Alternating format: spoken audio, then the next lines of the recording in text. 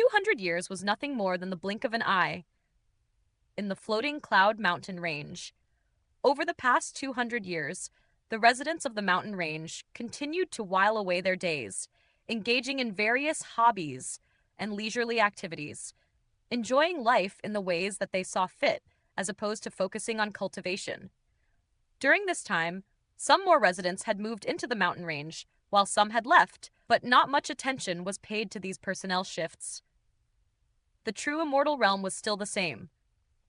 True immortal realm, but several generations had already passed by in the mortal world, and perhaps even dynasties had come and gone. Every once in a while, Han Li would return to Jade Gathering City to search for profound zoysia crystals, and during those trips, he had sold and bought pills and spirit medicines from many of the shops in the inner city. As a result, they had all become quite familiar with him, and it soon became common knowledge that there was an outer sect elder of the Fireleaf sect searching for a floral heartstone. However, during his past few visits to the city, Han Li noticed that many places in the city were under repair, and decorations had already been put up on some of the main streets in anticipation for the celebratory ceremony that was to take place in the city once every 3,000 years.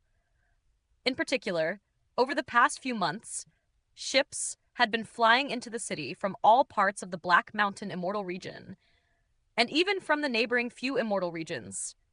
So all of the docks in the city had become very busy. There were also all types of signs and banners hung up outside the shops in the city, carrying phrases like great quality and fair prices and all immortals and mortals welcome. There were also some more unique advertisements like buy one get one free, big discounts inside, and don't miss these once in 3,000 years savings. Compared with the past, there were more people in Jade Gathering City, and all of the immortal inns in the city had already reached full capacity. As a result, many of the sects in the city had opened up their spare courtyards for visiting merchants and cultivators to live in, earning some rent in the process. Even the usual peace in the floating Cloud Mountain range had been broken, with many of its residents planning to enter Jade Gathering City during the festivities to see if they could acquire some items to their liking. Even though they lived quite close to Jade Gathering City, they were anticipating the celebrations just as eagerly as all of the foreign cultivators who had gathered from far and wide. This was because, during the 7 days in which the celebrations were held, all of the restrictions in the city were lifted, and everyone was allowed to visit the outer and inner cities as they pleased. On top of that, hundreds of auctions hosted by various different powers were going to be held in the city, and the most prominent one of all of them was none other than the auction jointly held by the Black Mountain Immortal Palace and the 100 Creations Mountain in the Jade Kun Pagoda. The reason why this auction was garnering so much attention wasn't just because of its powerful official backing. Instead, it was because there were several premium items that appeared in virtually every single auction that were highly sought after even for high zenith stage Jade Immortals. Whenever such a treasure appeared, a fierce bidding war would inevitably follow, and regardless of who managed to secure the item in the end, it would be a story that was told for a long time to come. 7 days before the commencement of the ceremony, Han Li arrived in the Jade Kun Pagoda with Taoist Master Jingyang. There was an underground palace inside the pagoda, within which were all types of intricate arrays and restrictions, and there were also 3 golden immortal stage elders stationed inside at all times. This was where all of the auction items were being stored.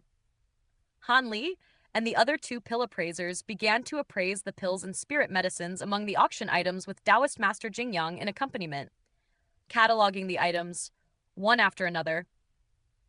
Only on the eve of the ceremony were all of the auction items finally cataloged and stored away appropriately.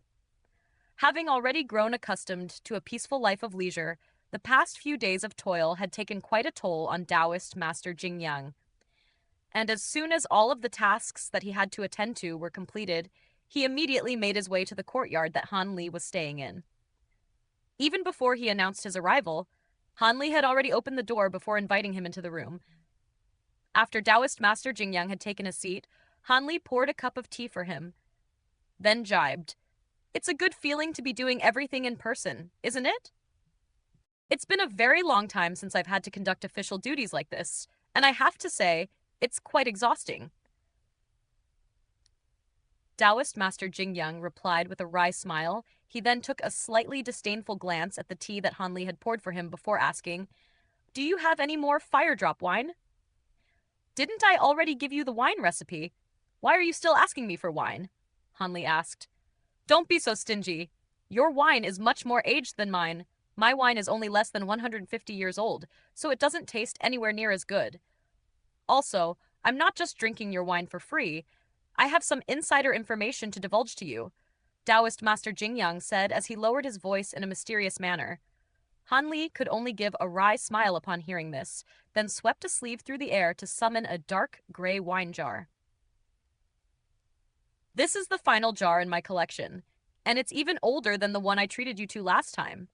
So whatever insider information you have for me better be worth my while," Hanli said as he removed the clay seal of the jar. As the rich fragrance of the wine filled the entire room, Taoist Master Jingyang's eyes immediately lit up, and he eagerly filled a teacup with wine before downing it in one go, then smacked his lips with a blissful expression as he savored the residual flavor of the wine. "This is truly some exceptional wine," Taoist Master Jingyang praised as he reached out for the wine jar again, only to be stopped by Hanli. "What insider information do you have to tell me?" Hanli asked. "Can't you wait for me to have a few more cups of wine first?" Taoist Master Jingyang complained. "Hurry up," Hanli urged. "Fine. The profound Zoysia crystal that you're looking for has turned up. The final batch of auction items that arrived this afternoon just so happened to include a profound Zoysia crystal," Taoist Master Jingyang revealed. An ecstatic look immediately appeared on Hanli's face upon hearing this. "Don't celebrate just yet," Taoist Master Jingyang continued. "The projected starting price for the crystal will be 1,000 Immortal origin stones, and the final selling price could easily be several times the starting price. Do you have enough money to afford it?"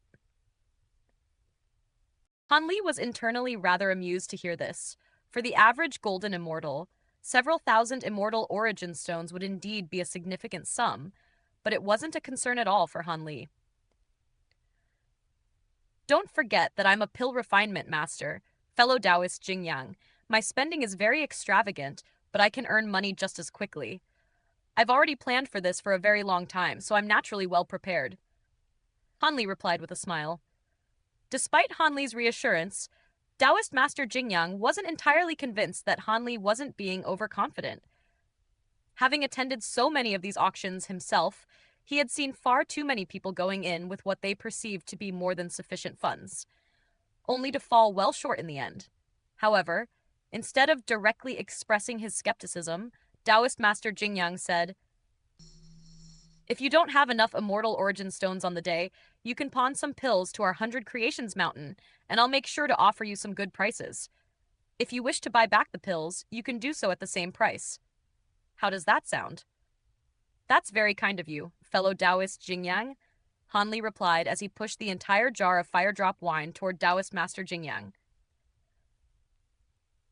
The next morning, a resounding bell chime rang out across the entirety of Jade Gathering City.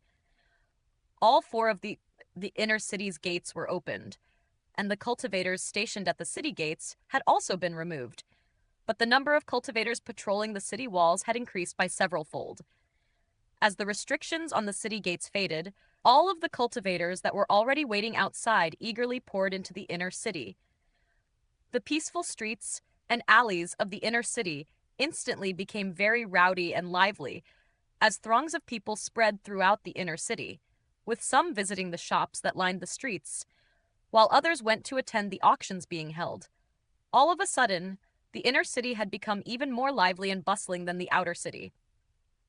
At night, the decorative lanterns in the inner city were lit, basking the entire place in a bright red glow, and fireworks were also set off atop the city walls to further enhance the celebratory atmosphere. 6 days flew by in a flash, and it was finally time for the heavily anticipated Jade Kun Pagoda auction. As part of the auction's organizer panel, Han Li and Taoist Master Jingyang were able to enter the auction venue ahead of everyone else. From the outside, the Jade Kun Pagoda appeared to be no different from an ordinary pagoda, but it was extraordinarily spacious inside. At the center of the pagoda was a large circular stone platform that was clearly going to be used to display the auction items, and there was a tight and orderly circle of small guest suites around the stone platform. Overall, there were several hundred of these guest suites on the first, second, and third floors. Each suite contained a table and a cushion, and on each table was placed an incense burner, as well as some spirit fruits and a flagon of fine wine. Han Li and Taoist Master Jingyang made their way into a guest suite on the second floor, and inside was a young woman in a palace dress, who immediately brought in an additional cushion before filling their cups with wine. Han Li took a glance at the woman, and to his surprise, she was not an actual person. Instead, it was a puppet that was giving off a core formation stage aura. Han Li withdrew his gaze from the puppet, then asked, "Are you really not going to host the auction, fellow Taoist Jingyang?"